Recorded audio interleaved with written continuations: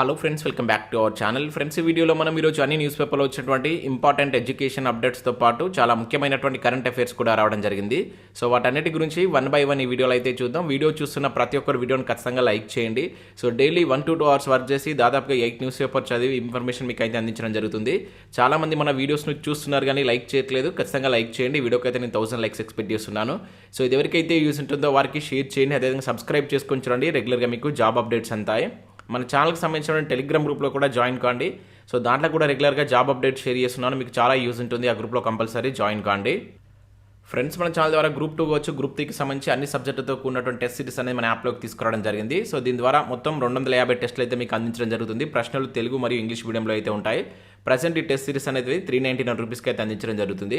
ఇంకా తెలంగాణ కల్చర్ కావచ్చు, ప్రభుత్వ పథకాలకు సంబంధించినటువంటి టాప్ 100 బిట్స్కి సంబంధించినటువంటి ఈ 2 గ్రాండ్ టెస్టులు జస్ట్ ఇప్పుడు 45 రూపీస్కి అయితే అందిస్తున్నాం.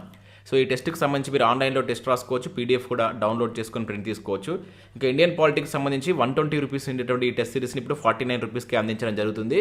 ఇంకా తెలంగాణ చరిత్ర కూడా 49 రూపీస్కి అందిస్తున్నాం. తెలంగాణ ఉద్యమ చరిత్ర కూడా 69 రూపీస్కి అయితే అందించడం జరుగుతుంది. ఇంకా అదే కాకుండా జనరల్ సైన్స్కి సంబంధించిన టెస్ట్ సిరీస్ కావచ్చు, జనరల్ స్టడీస్కి సంబంధించినటువంటి షార్ట్ హ్యాండ్ రైటింగ్ నోట్స్ కూడా మన యాప్లో అయితే ఉంది.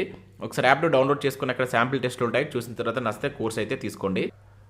ఫ్రెండ్స్, ఈరోజు న్యూస్ పేపర్లో వచ్చేటువంటి అప్డేట్స్ కనుక చూసినట్లయితే మనకి ఇక్కడ ఫస్ట్ అప్డేట్ వచ్చేసి గ్రూప్ 2 షెడ్యూల్ ప్రకారం జరిగేనా అనేటువంటి టైటిల్ తోటి మనం ఈనాడు న్యూస్ పేపర్లో ఒక అప్డేట్ అయితే చూడవచ్చు.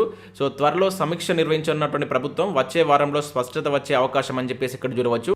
సో ఇక్కడ ఉన్నటువంటి ఇన్ఫర్మేషన్ కనుక చూసినట్లయితే రాష్ట్రంలో గ్రూప్ 2 రాత పరీక్ష షెడ్యూల్ ప్రకారం జరుగుతుందా లేదా మరోసారి వాయిదా పడుతుందా, ఈ విషయంపై నిరుద్యోగుల్లో సందిగ్ధం నెలకొంది అని చెప్పేసి ఇక్కడ చూడవచ్చు. సో ఈ పోస్టుల కోసం దరఖాస్తు చేసినటువంటి 5,50,000 మంది కమిషన్ నిర్ణయం కోసం ఎదురు చూస్తున్నారు. సో ఇప్పటికే 2 సార్లు వాయిదా పడినటువంటి గ్రూప్ 2 పరీక్షను 2024 జనవరిలో నిర్ణయించినటువంటి షెడ్యూల్ ప్రకారం నిర్వహించేందుకు టీఎస్పీఎస్సీ కార్యాచరణ మొదలుపెట్టింది. సో గ్రూప్ 2లో 783 పోస్టులతో టీఎస్పీఎస్సీ గత ఏడాది ఉద్యోగ ప్రకటన అయితే జారీ చేసింది. 2023 జనవరి 18 నుంచి ఫిబ్రవరి 16 వరకు అయితే దరఖాస్తులు స్వీకరించగా రాష్ట్ర వ్యాప్తంగా 5,51,000 మంది అయితే దీనికి అభ్యర్థులు అప్లై చేసుకోవడం జరిగింది. అయితే తొలుతగా మనకు ఆగస్టు 29, 30న గ్రూప్ 2 పరీక్ష నిర్వహించేందుకు కమిషన్ షెడ్యూల్ అయితే జారీ చేసింది. వరుసగా గ్రూప్ 1 కావచ్చు, గ్రూప్ 4 పరీక్షలు, గురుకుల నియామక పరీక్షలతో పూర్తి స్థాయిలో సన్నద్ధమయ్యేందుకు సమయం లేనందున గ్రూప్ 2 పరీక్షలు వాయిదా వేయాలని అభ్యర్థులు డిమాండ్ చేశారు. సో ఈ మేరకు పరీక్షను నవంబర్ 2, 3 తేదీలకు రీషెడ్యూల్ చేసింది. అయితే నవంబర్ 3 నుంచి ఎన్నికల ప్రక్రియ ప్రారంభం కావడంతో సో కమిషన్ ఈ పరీక్షను మళ్ళీ 2024 జనవరి 6, 7 తేదీలకు రీషెడ్యూల్ చేసిందని చెప్పేసి ఇక్కడ చూడవచ్చు.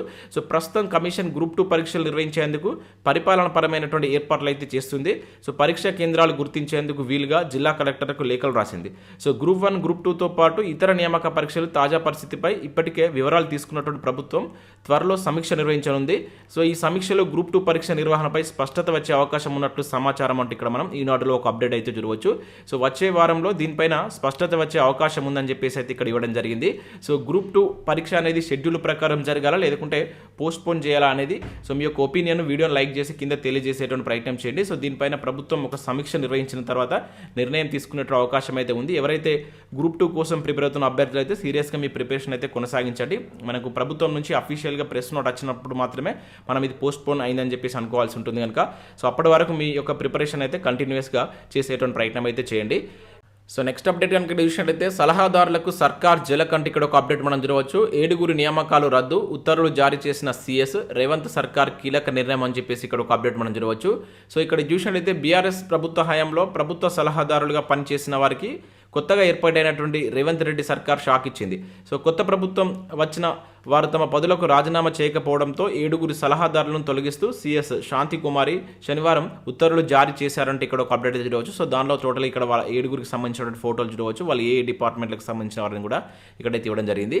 సో నెక్స్ట్ ఇక్కడ చూసినట్లయితే కొలువుదీరినటువంటి శాసనసభ అంటే ఇక్కడ ఒక అప్డేట్ మనం చూడవచ్చు. ప్రొటెం స్పీకర్గా మజ్లిస్ ఎమ్మెల్యే అక్బరుద్దీన్ ఓవైసీ ప్రమాణ స్వీకారం చేసినటువంటి 101 మంది కొత్త ఎమ్మెల్యేలు హాజరు కాని భాజపా శాసనసభ సభ్యులు 14వ తేదీకి సభ వాయిదా అంటే ఇక్కడ మనం ఒక అప్డేట్ అయితే చూడవచ్చు.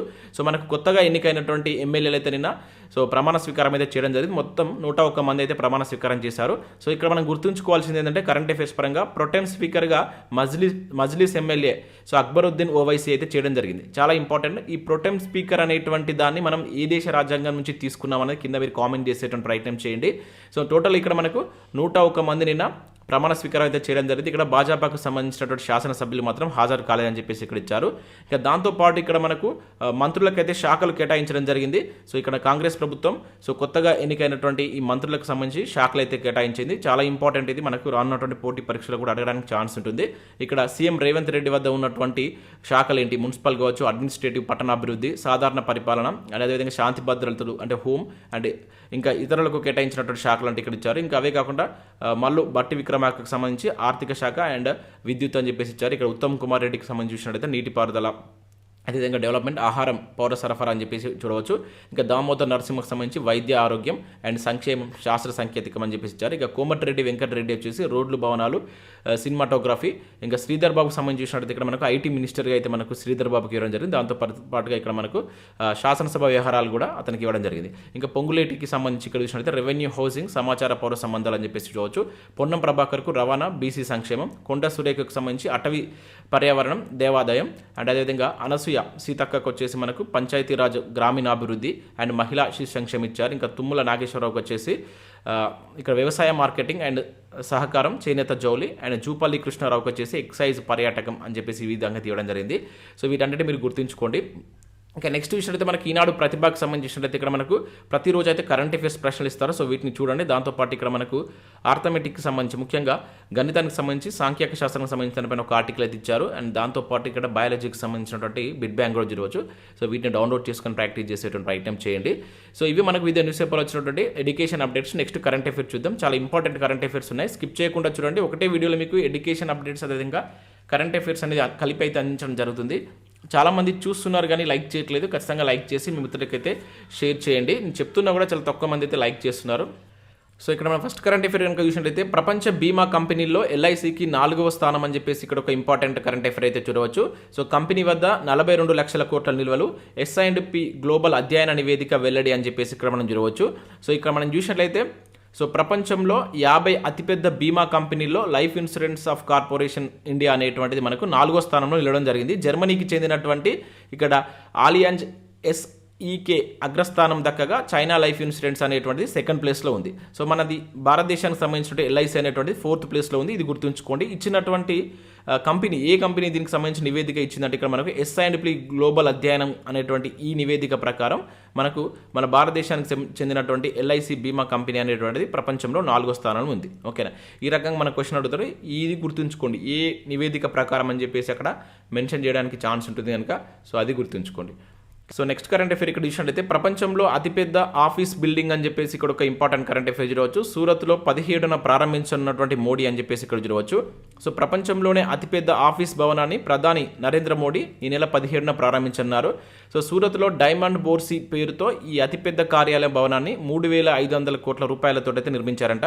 సో ఈ భవనం యొక్క ఎత్తు కనుక, ఈ భవనం మొత్తం 67 లక్షల చదరపు అడుగుల వైశాల్యం కలిగి ఉంది. సో ఈ కాంప్లెక్స్లో మొత్తం 4,500 డైమండ్ ట్రేడింగ్ ఆఫీసులు అయితే ఉండనున్నాయి.